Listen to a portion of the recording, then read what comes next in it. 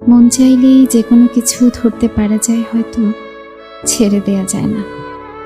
ছেড়ে যাওয়ার একটা নিজস্ব ব্যথা আছে। ব্যথা সারানোর সেই মলম আবার কেউ মাইকিং করে বিক্রি করে না। দুঃখ কষ্ট ভাগাভাগি করে দুজন মানুষ ঠিকঠাক বেঁচে আছে, এইসব যারা বলে তারা মূলত ফ্রড অথবা বেকুব।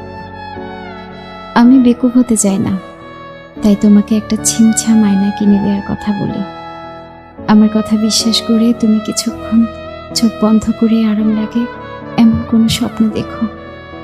আমি একদিন তোমার শান্ত চোখে স্বপ্ন দেখার ইচ্ছে নিয়ে পালাবো। যেহেতু আমি তোমাকে না, তোমার সাথে থাকার দিনগুলো ভালোবাসতাম।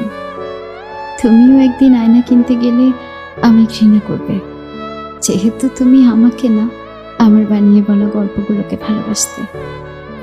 আমরা দুজনেই ফ্রড, আমরা দুজন।